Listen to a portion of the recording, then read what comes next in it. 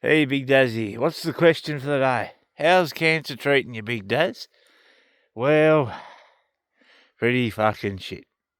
Sorry about that, but a bit dramatic. How's it treating me? That's the question. How's cancer treating me? Oh, worn out, fatigued, feeling shit, puffy face on and off, under the chin there. There's often a bit of a red mark comes out when my face has been absolutely hammered. Like, I've been hammered. It's been over, 12 months now. It's coming up to August, it'll be 12 months on the trial treatment. But before that, I had 6 rounds of R-chop, and that was every 3 weeks. So the amount of needles that have gone in me has been phenomenal. I hate to know how many needles have been going into me over the time. Because, pin cushion. Having the ports helped a lot. Like, the one in the chest was marvellous. That helped me something chronic. But now it's out, so back to having blood tests out of the arms. Not bad. Hit the right person, they find the right vein. But when it comes down to it, it does hurt. Like, it still hurts. Like, your body's gone through hell and back. And if you had it or going through it now, I've had a few people message me saying thanks for having a bit of a, thanks for having a bit of a talk and talking through what I've gone through. It's helped them. Because, man, your depression is off its head with it. Like, the depression and feeling useless and not putting money in and working. The working's a killer. Like, I was working when I had the first rounds of R-chop, so it wasn't as bad, but when I had to do this one, I had to quit work, quit my job. And yeah, and then I getting that Centrelink payment, they treated you like you didn't deserve it. I mean, you worked all your life and hardly been on Centrelink, then get cancer. It's not my choice, I've got cancer. It is, so. But we got, it still doesn't help. It's not even 2 weeks worth of rent. These are ages. So you sort of, your depression is all over the shop. You feel worthless, you feel depressed, you eat, you don't eat. It's just one of those things. What do you do? You got to ride it out. If I didn't have a good family around me, I don't know. Yeah, I'd probably be dead. There you go. I'd probably be dead if I didn't have a good family around me. Yeah. That's what I hate to be. See a single person working their guts out, keep a roof over their head and getting this and having to go down there and that'd be fucked. They'd come back and they wouldn't have a house. Like, Hobart's been my second home. Like, I might as well rented a house down there, live down there for half a week, then come back to home for half a week. That's what it's been like. People don't realise you're travelling nearly 600k, and sometimes, it's a 3-hour trip down, 3 hours back, but sometimes a bit shorter. And the other stage there, it was only a 5-hour trip down. That's how much my body was gone. It was peeing like a tree, it was just come back off the steroids that they pump into you. I couldn't go from here, over to the tower over there without stopping for a leak. And then your body was aching. It was pretty. When I sit back and look at it, I hate looking at the photos with my jaw out. I hate that. Talking about it's all right, like this way, but if it's somebody I don't know and I say, how you going, like a doctor, a new doctor or something, they say, can you explain what happened? That's the end of me, because I don't want to talk about it.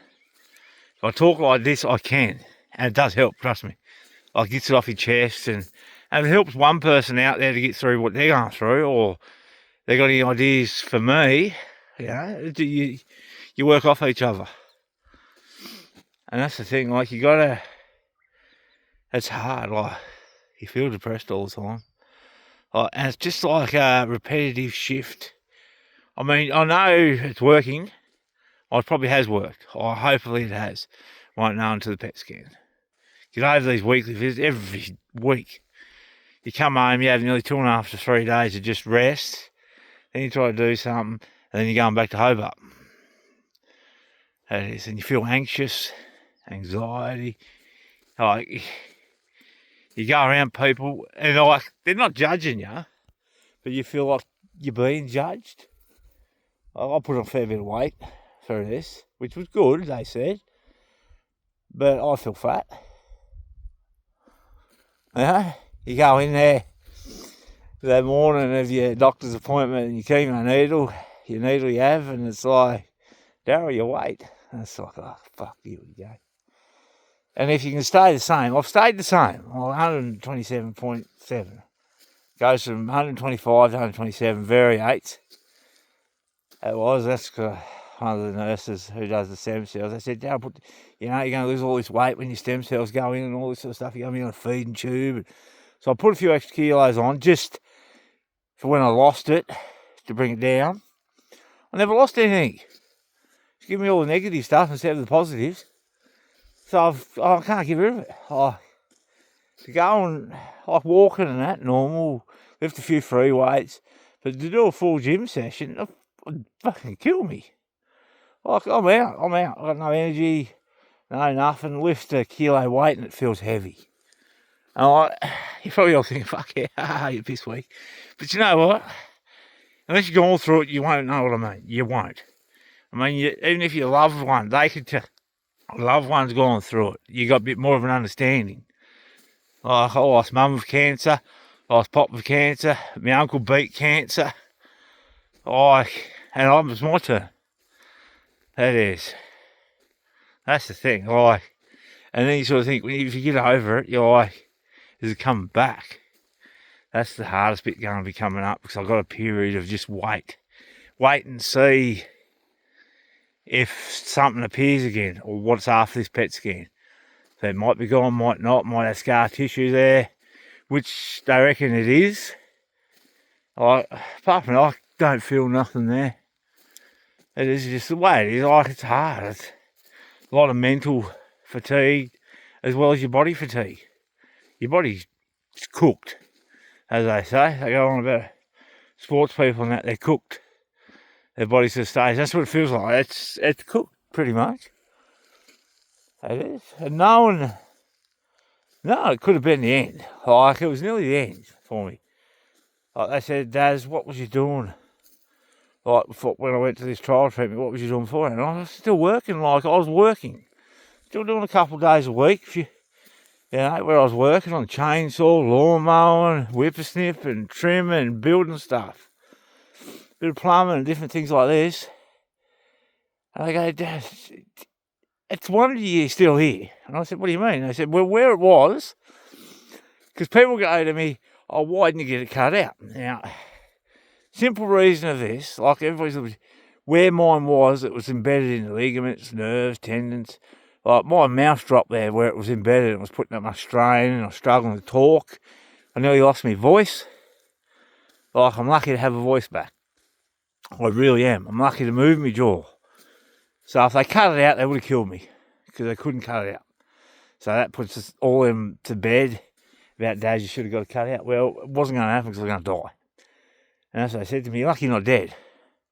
Because where it is, you could have moved the wrong way and you could have given yourself a stroke, killed yourself. Yeah, it could have just boom and you're gone. I was like, fair enough then. And that's when I said to the wife, I said, next lot of treatment we go through, I'm going to have to give up work. And that was hard. Hard for me because I always worked. I did. Factory years, supervising, leading hand. And worked in nearly 10 years through the car dealerships as detail, and run my own business. And give that away and got a full-time job in a funeral home, in Vincent Funerals. So, which, they bent over backwards to help me. When I was having my rounds of R-Chop, that was that helping. I can't, to Pete and Tara, I can't. Yeah.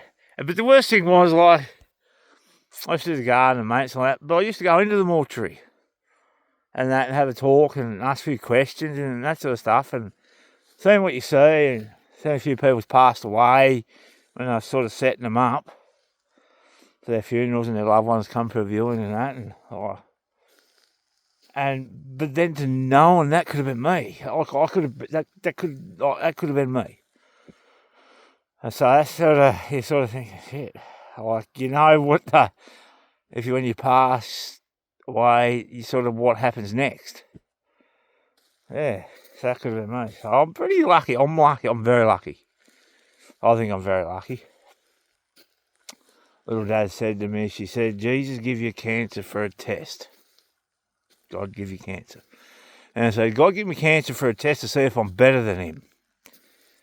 See, I've been through hell. Satan didn't want me because I'm too nasty, too much of a handful for him. He thought I was going to take his chair. But yeah, it's funny. I've been through a lot. Like, a lot of people have done prayer for me, and a lot of people have messaged me and that. But some, it's funny though, because I still say it now. A few people out there I thought might would have called in and said, "Good day, you're right, Daz. You need anything, let us know." I mean, a lot of people did. But a lot of people said they didn't know how to talk to me about it. All right, easy. Have a normal conversation. Just have a normal conversation. If I want to talk, I'll talk about it. If not, just say, "How you going, Daz?" I'll say, "Yeah, not bad," and I'll tell you a bit, and then we'll just talk about something else. It sort of shocked me, a few people like that. There's only one mate who stood beside me from the word go, really. And yeah, I've had normal conversations. No, got to be cancer conversations. So yeah. But anyway, your body, like mental fatigue, your body's cooked. Like, it goes up and down. Some days you feel real puffy. I can feel puffy today, then other days there's nothing. I think it's just the cancer treatments, and then, I'm still having 6-7 tablets a day. It is for it. And a weekly needle, weekly blood test, and weekly doctors. Last weekly is this week. And then we go to fortnightly, then we have a bit of a gap. So the gap part's the stressful part, because your fingers crossed and nothing. If it says there's nothing there in the PET scan, good. If they say there's scar tissue, that's okay. If they say there's something there's more treatment.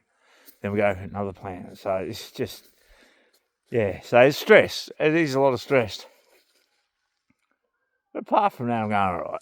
Can't complain, all things considering. That's me saying, all things considering. Hey, Dado. Yeah, not bad, all things considering. Alright, I might leave it all to it and see us on the flip side. And, when I have a yarn or whatever, just flick us a message.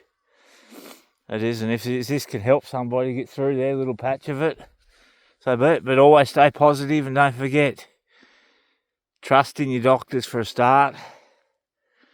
Follow a few simple rules. Don't go in groups of people. Trust your doctors, and take care of yourself. If you put a bit of weight on, it doesn't matter. That's if you're better off too. And stay positive. Always stay positive. All right.